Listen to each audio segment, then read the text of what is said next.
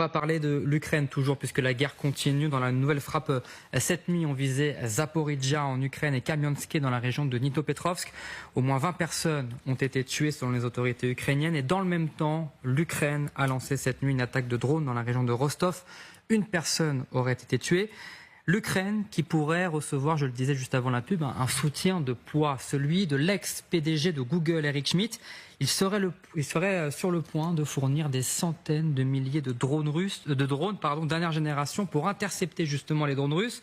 L'objectif, il est assumé, créer un bouclier anti-drone, je cite, terrible pour la Russie, qui pourrait intercepter 90% des drones russes. Gwendoline de Bono, vous êtes régulièrement sur le terrain avec les Ukrainiens. Vous connaissez cette menace des drones russes qui pèsent au quotidien sur les Ukrainiens. Est-ce que ces centaines de milliers de drones de l'ex-PDG de Google, comment c'est perçu par les Ukrainiens actuellement ? Alors c'est extrêmement important, la défense anti-aérienne des villes, c'est le gros problème là en Ukraine. On s'en rend compte quand on y va depuis un moment. Là, c'est vrai que ces dernières semaines, ces derniers mois, quand on est à Kiev, avant on entendait assez peu, il y avait assez peu d'attaques. Aujourd'hui, c'est assez massif. Souvent, c'est 300 à 400 drones Shahed. Donc c'est ces drones qui foncent sur les villes, qui attaquent chaque nuit. L'état-major ukrainien, il pense qu'il y aura à peu près des attaques avec 1000 drones Shahed d'ici à la fin de l'année par nuit. Donc c'est beaucoup. Les Ukrainiens sont un peu, très honnêtement, désemparés face à la masse qui arrive sur leur ville chaque nuit. Donc ces drones, ils sont importants. Après, le problème, c'est que quand on parle de drones, il y a toujours des spécificités techniques. Il y a des choses qui marchent, des choses qui marchent pas. Et là, le ministre de la transformation numérique ukrainien, Mikhailo Fedorov, le disait. Les Russes sont déjà en train de passer à une autre version des drones Shahed que les drones intercepteurs ukrainiens ont de plus en plus de mal à arrêter. Donc il y a toujours, quand on parle de drones, la masse c'est important, mais il y a toujours une course de vitesse entre les nouveaux modèles, les développements des uns et des autres. Et donc, si ces drones-là fonctionnent pour intercepter les nouvelles versions des drones Shahed, c'est très bien. Le risque, c'est qu'ils soient dépassés d'ici un mois, 2 mois. Il faut vraiment se rendre compte que les technologies évoluent extrêmement rapidement. Mais c'est une bonne nouvelle pour l'Ukraine, c'est sûr. Et puis, il faut comprendre aussi que l'Ukraine, elle repose aussi beaucoup sur des initiatives et des fonds privés. Quand vous avez des drones qui arrivent dans des unités, beaucoup de ces drones, ils viennent de levées de fonds, d'initiatives privées. Donc là, c'est une grande initiative privée en termes de masse. Donc ça, c'est bienvenu pour les Ukrainiens. Encore faut-il voir si ça va fonctionner sur les différentes versions de drones Shahed qui sont utilisées par l'armée russe. Et justement, pour en parler, on était en ligne avec un expert. Bonjour Bertrand Villemer, vous êtes expert à aéronautique, ancien pilote de chasse. Concrètement, vous connaissez très bien les drones, vous connaissez aussi très bien la défense anti-drone. Qu'est-ce que ça va changer pour les Ukrainiens, cette nouvelle livraison de centaines de milliers de drones ? Ça va donner une sécurité, j'allais dire bon marché, et facile à mettre en œuvre sur la défense antiaérienne que l'Ukraine doit développer. Je dois dire que actuellement, c'est en Ukraine que se réinvente la guerre moderne. Que la doctrine d'emploi des forces aériennes n'est plus du tout la même qu'il y a 2 ans. Les forces terrestres, c'est la même chose.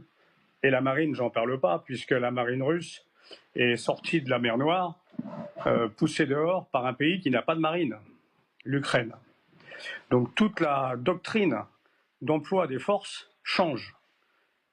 Mettre un char sur le terrain de manœuvre en Ukraine, c'est suicidaire pour le char. Et il y a une invention permanente avec 2 caractéristiques principales. C'est un coût qui est faible et une production de masse. Alors qu'actuellement, les armements, c'est des coûts importants avec des productions faibles. Donc il semble que ce soit l'Ukraine qui ait raison dans ce domaine, avec des drones kamikazes. Les derniers drones qui sont des drones, ce qu'on appelle des lock and strike, c'est des drones en embuscade. Ouais. C'est des drones qui sont positionnés le long des routes, au niveau logistique, qui sont utilisés par les Russes. Et quand il y a un camion qui passe, le drone se réveille, il fait une verticale du camion et il le frappe avec son explosif. Voilà, ça c'est une des dernières inventions. Mais justement, Bertrand Villemer, je vous coupe parce qu'on va regarder les 3 types de drones dont on parle actuellement, en tout cas cette défense de drones. Vous avez effectivement les drones intercepteurs, des drones de frappe à moyenne portée et des drones kamikazes justement. Tous, ils intègrent un système d'intelligence artificielle, justement, de dernière génération. On parle quand même de 90%. Voilà pour les trois types différents de drones dont on parle. On parle de 90% d'interception. Est-ce que ce taux-là, c'est un taux très intéressant? On a du mal à se rendre compte. Est-ce que c'est une défense normale? Est-ce que c'est très, très, très efficace? 90%, ça représente quoi? 90%, c'est exceptionnel. Il faut savoir si ces chiffres sont fiables, mais 90% de succès, c'est pas 100%, mais presque. Donc les performances sont absolument exceptionnelles. Restez avec nous, Bertrand Wilmer. On va interroger bien sûr le général François Chauvency. François Chauvency, est-ce que c'est le fameux finalement dôme de fer ukrainien que réclame Zelensky depuis 3 ans maintenant? Ça y contribue, puisqu'aujourd'hui, tout ce qui est patriote ne traite pas les drones. Vous avez donc 400 drones, une dizaine de missiles. Les missiles sont traités par les patriotes. Les drones, il faut les traiter autrement. Et aujourd'hui, il n'y avait pas vraiment la parade. Moi, j'aurais peut-être une autre réflexion. On voit quand même, on parlait tout à l'heure des leviers de Donald Trump. Normalement, quand vous avez de l'exportation d'armement, parce que c'est bien de l'exportation d'armement dont on parle, il faut une autorisation gouvernementale.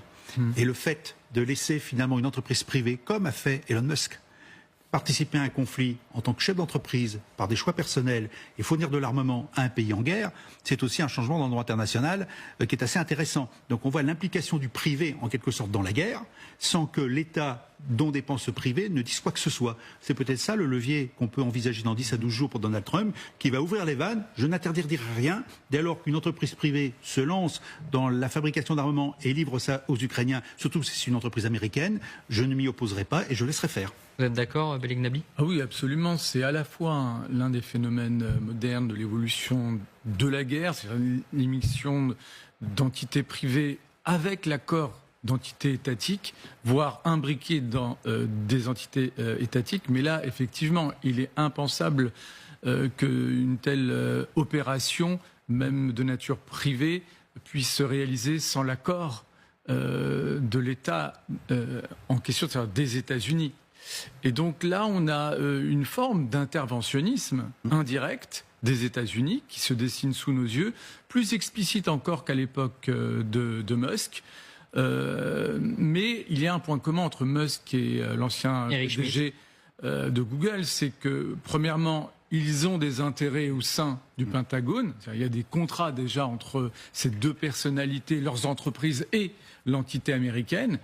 Et d'autre part, il participe à la stratégie, à la stratégie à la fois pas militaire mais diplomatique des États-Unis, sans l'assumer publiquement, sans pouvoir se présenter comme finalement des pions de la stratégie américaine.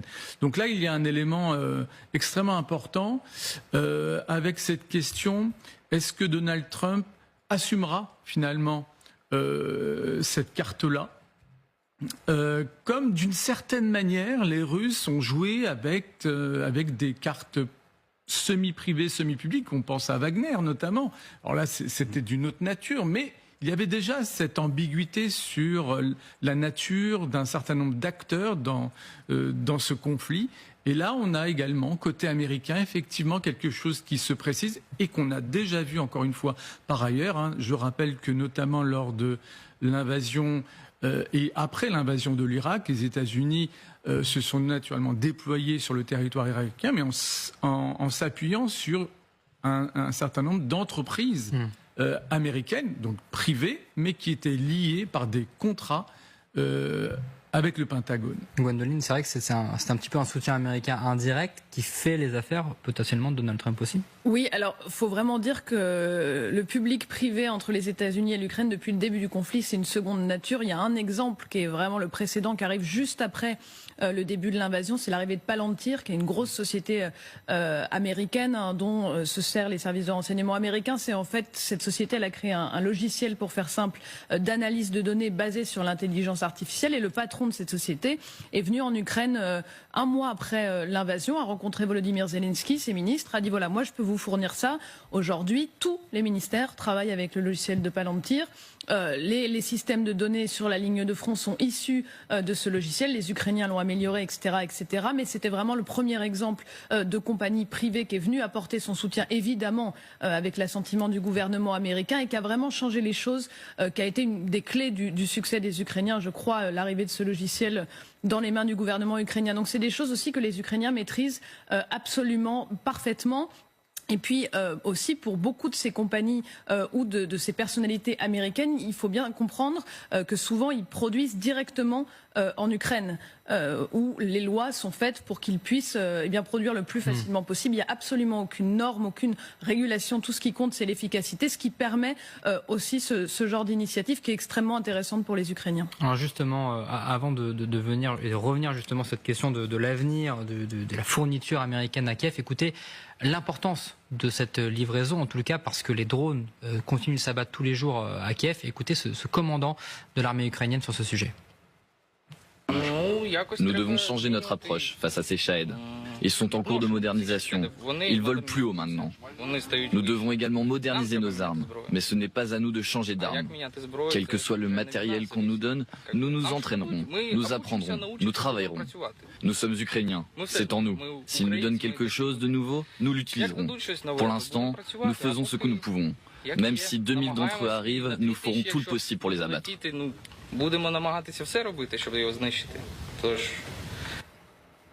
Général, c'est ça l'avenir de l'aide ukrainienne. Ce sont des entreprises qui vont aller chercher les dernières technologies pour aller fournir de l'aide à Kiev.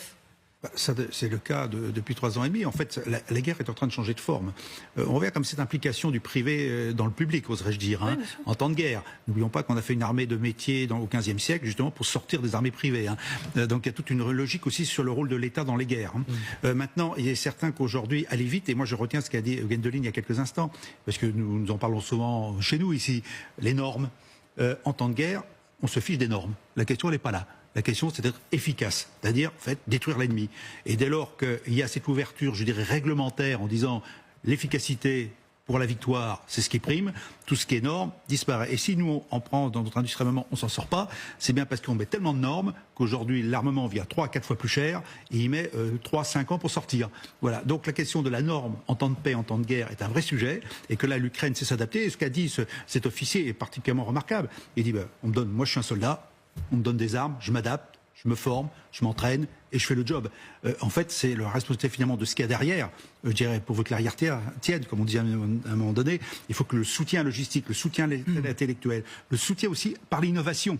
Et c'est ce qui se passe. Et la guerre est source d'innovation, d'accord, destructrice, mais c'est source d'innovation. Et c'est ce que nous voyons avec les drones, qui est un vrai sujet. Parce qu'aujourd'hui, si on était agressé par un État avec les drones d'aujourd'hui, et y compris par des groupes terroristes, on serait peut-être bien embêté pour y faire face. Et justement, on va... Je peux juste rebondir. Oui, allez-y, le débat entre moi et le général. Cette dichotomie, encore une fois, entre temps de guerre et temps de paix, qui serait caractérisée par le fait qu'en temps de guerre, il n'y aurait pas de normes. Encore une fois, vraiment attention, notamment vis-à-vis de nos téléspectateurs. Il y a naturellement des normes juridiques qui sont a priori contraignantes dès lors qu'on s'est engagé à les respecter, qui s'appliquent en temps de guerre. C'est ce qu'on appelle le droit international de la guerre, autrement dit, droit international humanitaire. Là où votre remarque est intéressante, c'est qu'effectivement, en Ukraine, comme, je dirais, à Gaza, ces deux conflits qui structurent un peu l'actualité quand même, se caractérisent par la neutralisation de ce droit international de la guerre qui s'est dessiné et qui s'est dessiné depuis les conventions de Genève, qui sont extrêmement importantes. Et c'est aussi le fait de ne pas les respecter de part et d'autre qui fait qu'on a ce sentiment à la fois de marginalisation du droit international et de chaos de l'ordre international.